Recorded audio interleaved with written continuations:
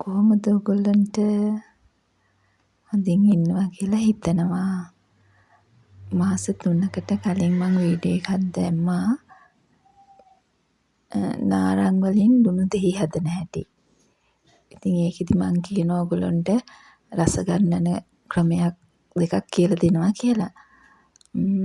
මට ඒකට වීඩියෝ එකක් දාන්න බැරි වුණා. මම වීඩියෝ එකක් කරා. ඒකේ අවශ්‍යම තැන් ටිකක් මගේ අතින් ඩිලීට් වුණා. ඉතින් ඒ වීඩියෝ එකෙන් පස්සේ මට ආයේ වීඩියෝ කරගන්න හම්බුන්නේ නැහැ. එදා ඒ කරලා තිබ්බ මේ නාරං වලින් හදපු ඒ ලුණු දෙහි ටිකෙන් කොටසක් මම අර කිව්ව විදිහට කලින් වීඩියෝ එකක් කරනකොට මම ඒක පාවිච්චි කරා. නමුත් ඉතුරු වෙලා තියෙන්නේ හරීම පොඩ්ඩයි. ඉතින් ඔය පෙන්නන ලුණු දෙහි ටික මාස 3කට විතර වෙනවා. මේ නරක් වෙන්නේ නැහැ ලුණු දෙහි. ලුණු දෙහි නරක් වෙනව නම් මේ වටේම පුස් බැඳෙනවා. අනිත් එක ලුණු දෙහි නරක් වෙන්න හේතුවක් තමයි වතුර එකට සම්බන්ධ වුණොත්. මේ එහෙම නැත්නම් ගොඩාක් දවස් තියාගන්න පුළුවන් අපිට ලුණු දෙහි. අපි සාමාන්‍යයෙන් හදන ලුණු දෙහි එක තමයි මම කලින් මාස 3කට කලින් වීඩියෝ එකක් දැම්මේ. මේ රස ගන්නවන විදිහේ එක ක්‍රමයක් මට ලුණු දෙහි ටිකයිනේ තියෙන්නේ. ඒ හින්දා මං එක ක්‍රමයක් හද කරන්නම්. ඊට පස්සේ අනිත් තව ක්‍රමයක් තියෙනවා මගේ ගාව. ඔයගොල්ලන්ට මේක ස්වයං රැකියාවක් විදිහටත් කරන්න පුළුවන්. හැබැයි මෙහෙම දෙයක් කියනවා.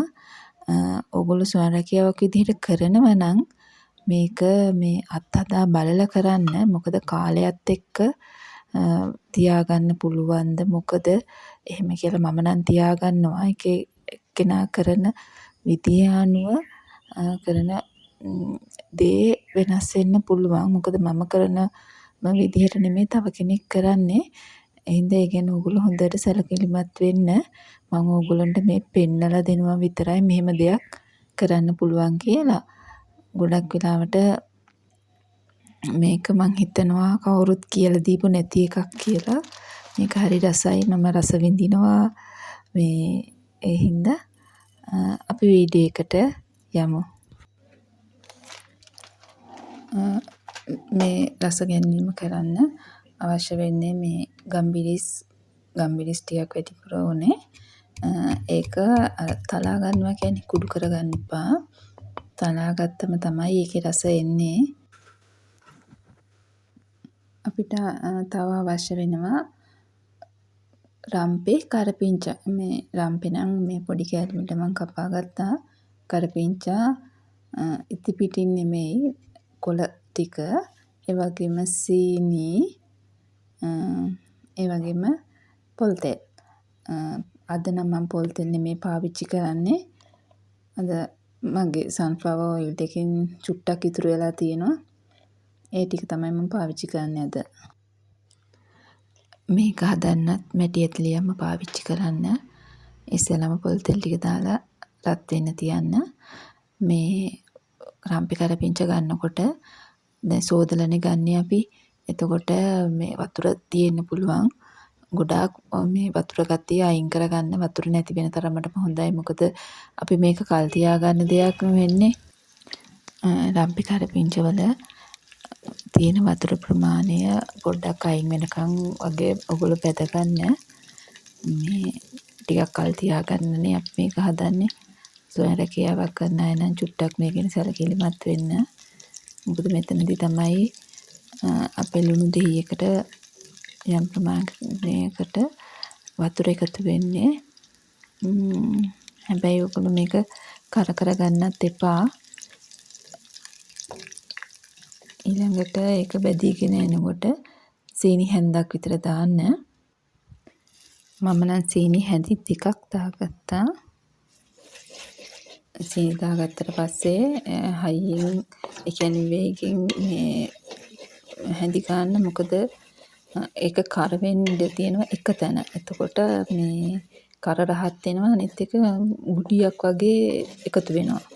ඒ හින්දා මේ හොඳට මේ හැදි ගන්න ඕනේ සීනි දැම්මට පස්සේ. මේ වෙලාව වෙනකොට සීනි එක දැන් උණු වේගෙන ඇවිල්ලා තියෙන්නේ හොඳටම. මේ බලන්න ඒකේ මේ පාට වෙනස් වෙන හැටි.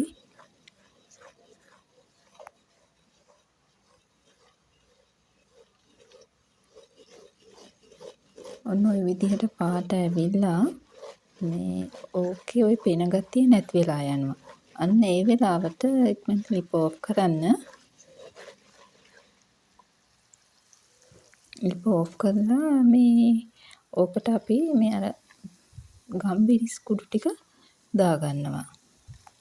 වැඩිපුර වෙන්න දාගන්න. එතකොට රසයි. මම වැඩිපුර කිව්වට ඕගොල්ලන්ට අවශ්‍ය ප්‍රමාණයට දාගන්න. ඊට පස්සේ මේ ලුණු දෙහි ටික තමයි දාන්න ඕනේ. ලුණු දෙහි ටික දාලා හොඳට කවලම් කරගන්න. හැබැයි මේ වෙලාවේ ලුණු දෙහි ටික ගොඩාක් තැම්බිලානේ තියෙන්නේ. මේ එහෙම තැම්බිලා තියෙනවා නම් පරිස්සමෙන් හැඳි ගන්න. මොකද මේ කෑලි වලට තමයි මේක ලස්සන කෑලි තිබුණම. මේ සොයන් රැකියාව කරන කෙනෙක්ටත් මේක මේ වෙලාවේ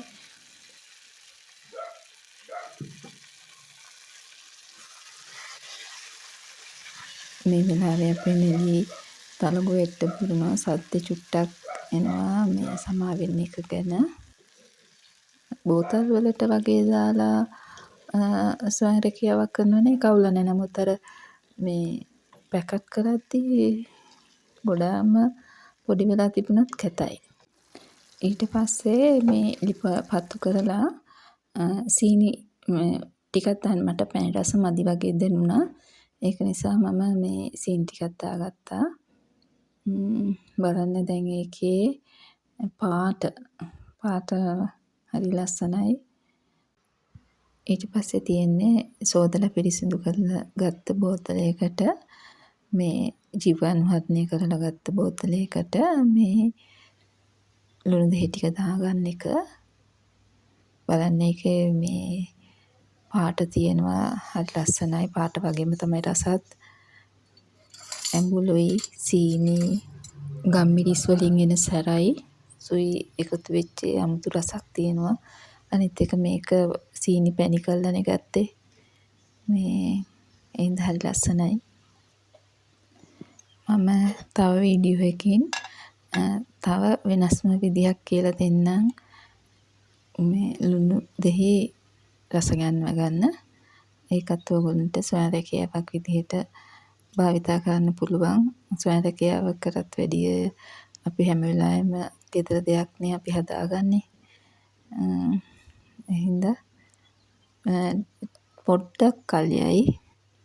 ඉක්මනටම මම වීඩියෝ එකක් ගේන්න බලන්නම්. එහෙමනම් මේක හදලා බලන්න.